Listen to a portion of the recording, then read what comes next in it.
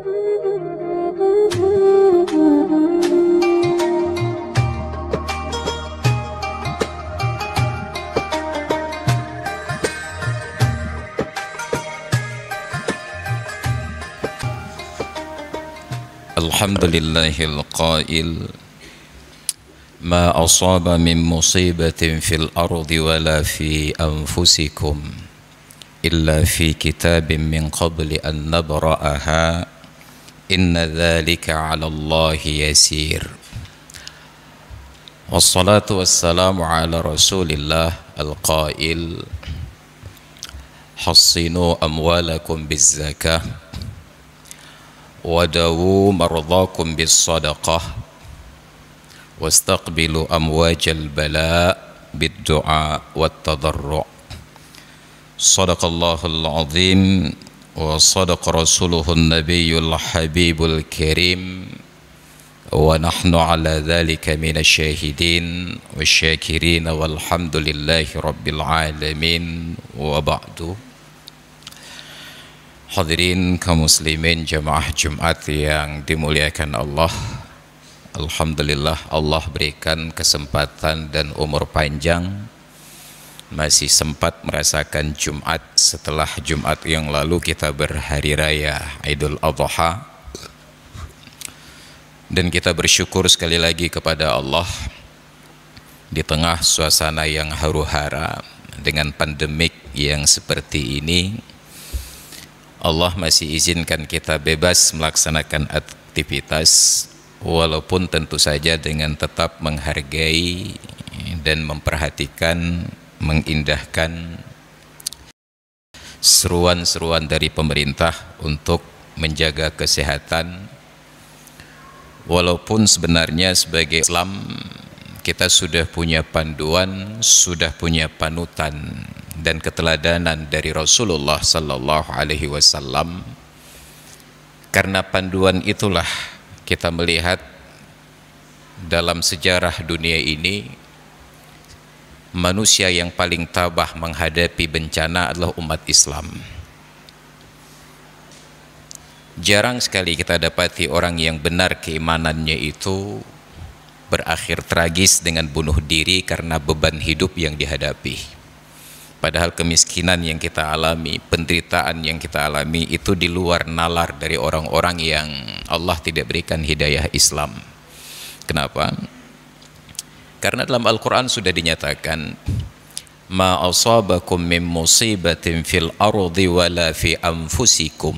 Tidak ada satu musibah yang menimpa di bumi ini ataupun pada diri kalian sendiri illa fi kitabim min qabli an nabra'aha, kecuali pasti sudah tercatat di dalam Lauhul Mahfuz sebelum Allah menciptakan peristiwa tersebut.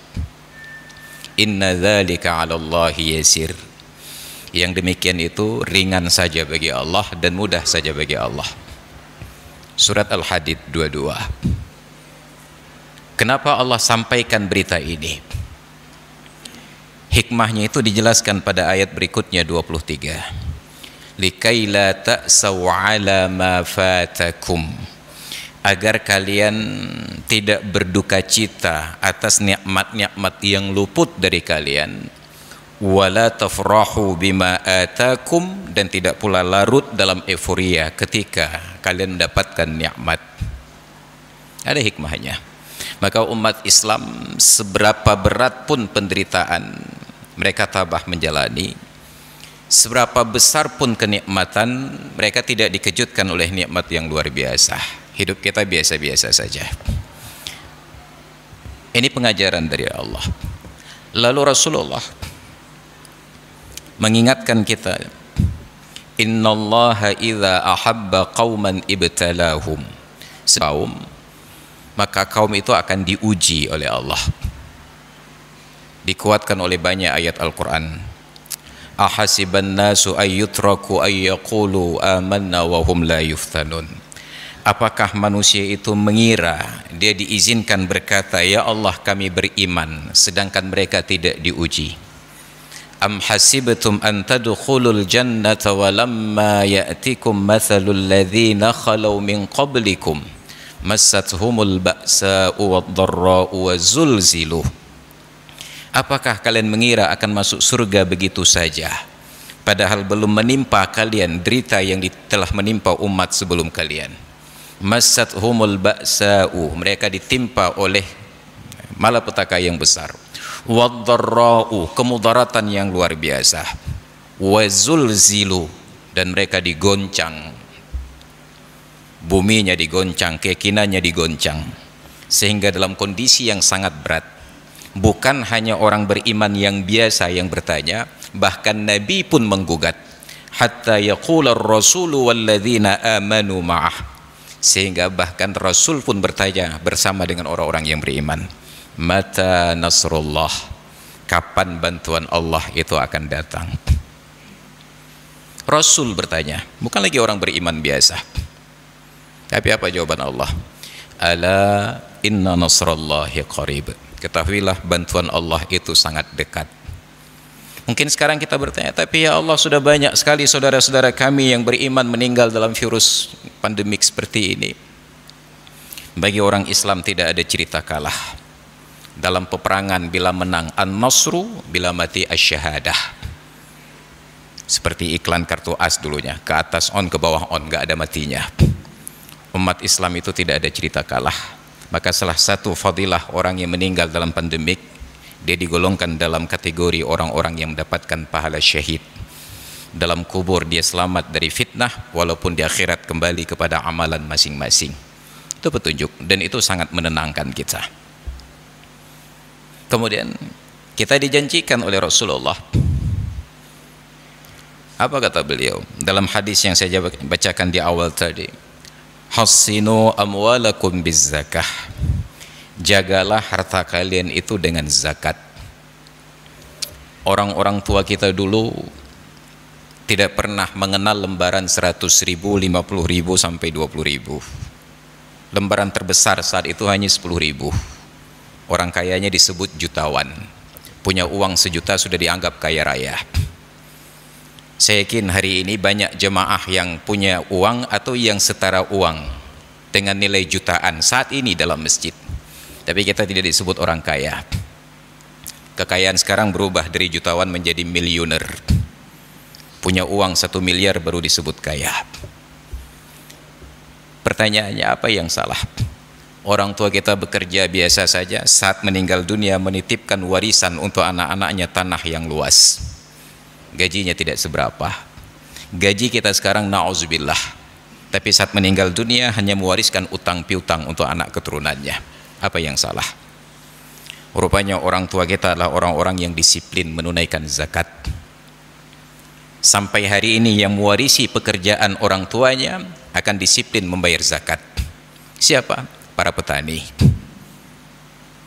Padahal zakat pertanian itu nisbah zakat yang tertinggi nomor 2 setelah rikas, 10%.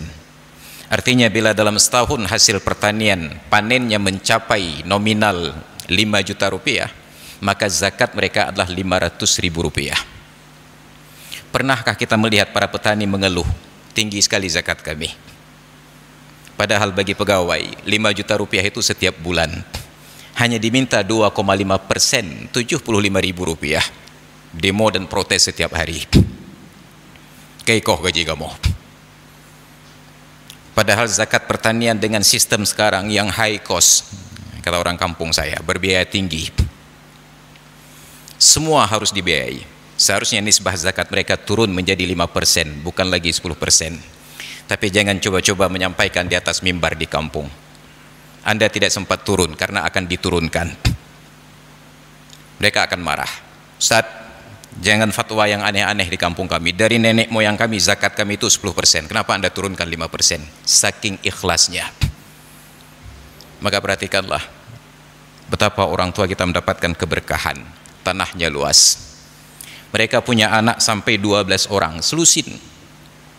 Tapi tidak pernah berpikir mengambil kredit untuk membangun rumah karena takut tidak sempat bangun rumah kalau tidak beli sekarang. Tapi kita sekarang anaknya 2, takut nanti anak tidak punya rumah, ambil kredit, rata sago. Hassinu amwalakum bizzakah, tunaikan zakat harta kita. yang lain Allah pagari dengan keberkahannya.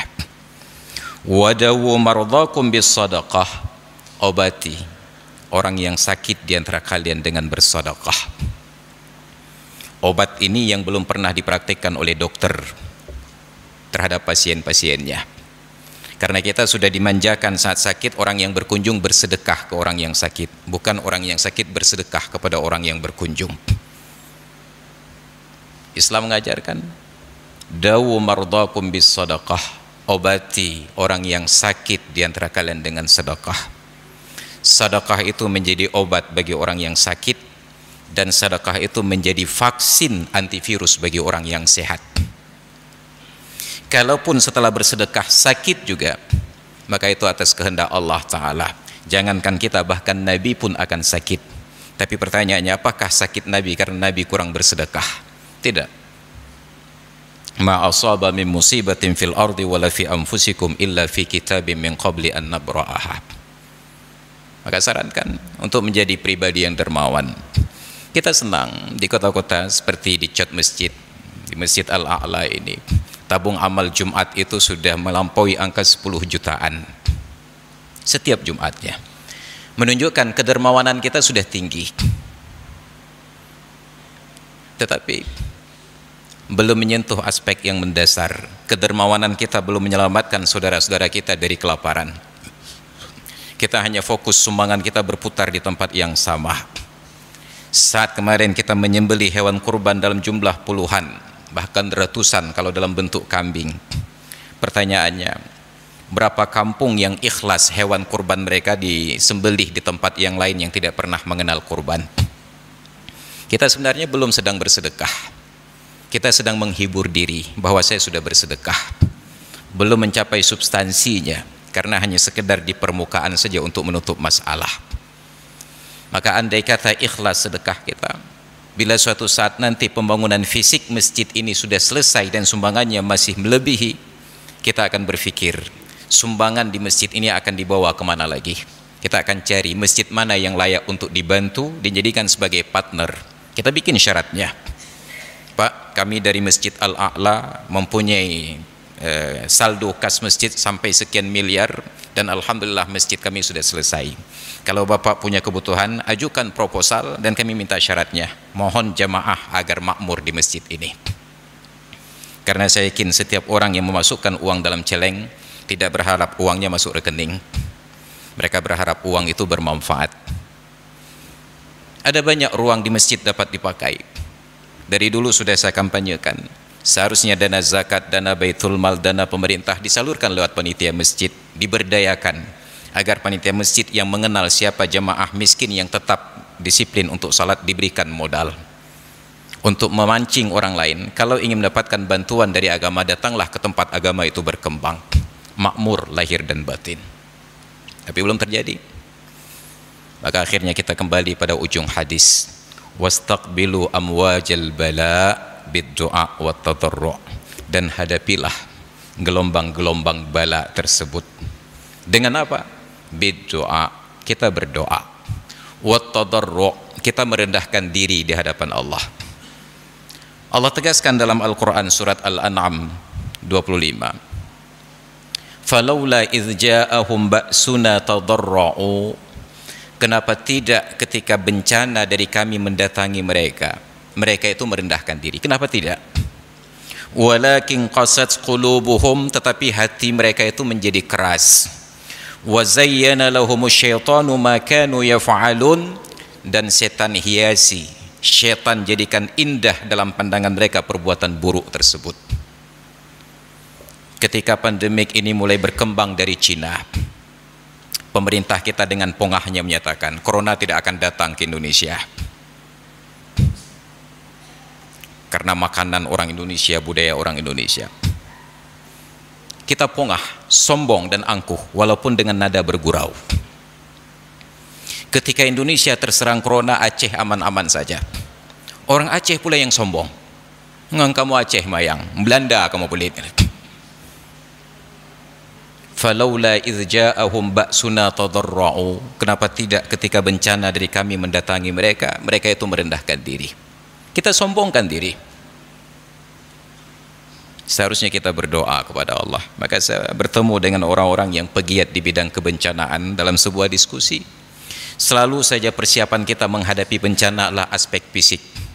Ketika berbicara tentang mitigasi bencana, selalu yang dipikirkan itu adalah early warning system, dipasang di lautan, di pantai, dipasang benteng penahan ombak, dibangun escape building, kemudian dilatih masyarakat dengan tsunami drill, yang bahkan masyarakat nggak tahu apa arti kalimat-kalimat tersebut. Kita buat improvisasinya, dibuat petunjuk-petunjuk arah evakuasi lari kemari. Ibarat orang belajar seni bela diri, kita hanya belajar ilmu kebal agar tidak mempan dibacok. Sehebat apapun orang yang punya ilmu kebal, walaupun tidak mempan dibacok, sakitnya terasa. Kenapa kita tidak belajar ilmu agar orang tidak berniat untuk menyakiti kita? Sekarang kita buat mitigasi ini hanya aspek fisik. Lalu kita buat maksiat sambil menantang Allah. Ya Allah, nggak apa-apa kami buat maksiat, kami berzina, kami berjudi, minum arak. Silahkan turunkan bala karena kami sudah siap. Itu pengumuman kita kepada Allah. Maka kita kecewa ketika dalam kondisi bencana begini, pemerintah terlalu serius pada aspek fisik. Dijaga orang yang tidak pakai masker ditangkap, dipidanakan. Tapi di saat yang sama orang yang tidak pakai masker tersebut, orang yang pakai masker tidak tutup aurat, itu dibiarkan. Kenapa tidak berjalan seimbang? Kita menantang Allah. Lalu kita berdoa qunut nazilah setiap salat fardu berjamaah. Salah satu yang menghambat doa diijabah oleh Allah adalah karena kemaksiatan kita. Maka dari dulu orang-orang tua kita sebelum berdoa diawali dengan istighfar, astaghfirullahaladzim, astaghfirullahaladzim, astaghfirullahaladzim, baru kemudian dilanjutkan alhamdulillahirabbil alamin, berdoa. Kita tidak pernah keluar dari maksiat, tetapi minta berdoa kepada Allah agar diberikan. Bahkan datang ke kantor saja proposal tidak akan diterima apabila syaratnya tidak terpenuhi. Kalau kita egois untuk menolak proposal karena tidak lengkap syarat, kenapa kita berharap bahwa Allah Ta'ala akan terima proposal kita sedangkan syarat Allah belum kita laksanakan? Karena auzubillah. Oleh karena itu hadirin kaum muslimin yang dirahmati Allah, kita beruntung sebagai umat Islam diberikan panduan oleh Allah. Diutus Nabi kita Muhammad Rasulullah sallallahu alaihi wasallam sebagai petunjuk hidup untuk mengajarkan kepada kita bagaimana menyikapi bencana. Apa yang beliau ajarkan? Perbanyak istighfar. Falaula ummatun amanat fanafa'aha imanuha illa qauma Yunus lamma amanu kashafna ma bihim min dhurrin. Ketika Allah mengutus para nabi kepada setiap umat, tidak pernah ada umat yang selamat dari siksa Allah kecuali kaum Nabi Yunus. Kenapa? Ketika mereka melihat awan hitam yang diancam oleh Nabi Yunus sebelumnya, mereka taubat kepada Allah, mencari Nabi Yunus untuk menyatakan keimanan, dan mereka tidak dapati nabinya. Mereka tetap beriman. Famatta'nahum ilahin, maka kami senangkan mereka sampai batas waktunya. Kita sudah melihat dahsyatnya bencana ini, pandemik ini menggerogoti semua bidang, entah karena pandemiknya, entah karena kebijakan yang tidak jelas arah. Tapi kita belum ada niat untuk keluar dari kemaksiatan, ataupun kalau muncul niat pribadi tidak pernah berusaha menyadarkan lingkungan kita. Kita santai saja berjalan dari rumah ke masjid sambil melirik orang bermaksiat di pinggir jalan. Jangankan untuk mengubah dengan teguran, bahkan sekedar untuk melotot saja ke arah mereka kita segan. Sering saya provokasi. Dulu benar bahwa salat di masjid lebih bagus daripada salat di rumah, tapi sekarang harus dibalik. Salat di rumah lebih bagus dari salat di masjid, daripada salat di masjid. Kenapa? Orang yang salat di rumah orang yang salat di rumah hanya tidak mendapatkan fadilah datang ke masjid, tapi mereka tidak berdosa. Tapi orang yang datang ke masjid untuk salat, besar sekali potensi dosanya. Bayangkan dari rumah kita menuju masjid, berapa banyak orang yang terbuka aurat yang tidak kita tegur. Bayangkan dari rumah menuju masjid, berapa banyak pasangan Romeo dan Juliet di atas sepeda motor berpelukan dan kita tidak ada niat untuk menegur. Kita hanya berniat untuk menegur orang-orang yang tidak pakai masker. Ini PR. Maka jangan berharap, karena Allah hanya akan kabulkan doa dari dua golongan. Yang pertama yang jelas imannya, dan yang kedua yang jelas maksiatnya. walau anna ahlal qura amanu wattaqau lafatahna alaihim barakatim minas sama'i wal ard. Andai kata penduduk negeri itu beriman dan bertakwa, sungguh kami bukakan ke atas mereka keberkahan dari langit dan bumi. Orang yang beriman bertakwa, Allah terima doanya. Atau yang kedua, falamma nasu ma dzukkiru bihi fatahna alaihim abwaaba kulli syai'in. Manakala mereka abaikan segala peringatan-peringatan kami berikan semua kesenangan untuk mereka. Kita tidak dalam posisi orang yang sangat taat untuk diijabah doa, dan tidak pula dalam posisi orang yang sangat maksiat untuk diterima doa. Kita berada antara taat dan maksiat. Muzabzabina baina dzalika la ilaha ula'i wa la ilaha ula'i. Golongan ini disebut munafik. Dan apa kata Allah? Innal munafiqina fid darkil asfali minan nar. Orang munafik itu yang paling berat siksa. Harusnya kita lebih marah disebut munafik daripada disebut kafir. Karena dalam kitab As-Sab'ayat fi Mawa'idil Bariyat karangan Imam Muhammad bin Abdurrahman Al-Hamdani, beliau katakan neraka itu ada 7 lapis. Disusunkan urutannya, di lapis pertama siapa, kedua, ketiga, sampai yang keenam itu tempat bersemayamnya Namrud, Qarun, Fir'aun, Abu Lahab, CS, semua di sana. Kalau setingkat Fir'aun saja di tingkat yang keenam, pertanyaannya di tingkat ketujuh siapa yang lebih buruk dari Fir'aun? Allah menjawab, innal munafiqina fid darkil asfali minan nar. Munafik itu pada derajat yang paling bawah dari neraka, lantai 7-nya. Maka na'udzubillah, kalau begitu perjelas posisi kita. Mau hadapi bencana ini dengan taat, ayo kompak taat semua. Maka orang ketika akan sholat istisqa diperintahkan keluar dari segala bentuk kezaliman. Berpuasa 3 hari baru ke lapangan untuk berdoa. Bila tidak, jangan berdoa. Kalau itu tidak sepakat, ayo kita pilih jalur yang kedua. Kita kompak bermaksiat semuanya. Allah akan angkat bala ini untuk diganti di akhirat dalam neraka nantinya. Na'udzubillah, summa na'udzubillah. Maka hadirin kaum muslimin yang dirahmati Allah, Allah sudah berikan petunjuk, hanya kita yang tidak mau mengikutinya. Maka mudah-mudahan pemimpin-pemimpin kita berani mengambil posisi. Apakah mau jadi golongan yang pertama yang taat, ataukah mau jadi golongan yang kedua yang maksiat? Yang jelas dua-duanya di dunia kita akan selamat. Tapi kita berharap yang pertama, selamat dunia dan selamat akhirat. Bila tidak, dunia tidak selamat, akhirat pun tidak selamat. Na'udzubillah, summa na'udzubillah. Akhirnya saat kita bukan dalam posisi pemimpin, maka kita kembali kepada ayat Al-Quran, qu anfusakum wa ahlikum nara. Mari pelihara diri dan keluarga kita dari api neraka.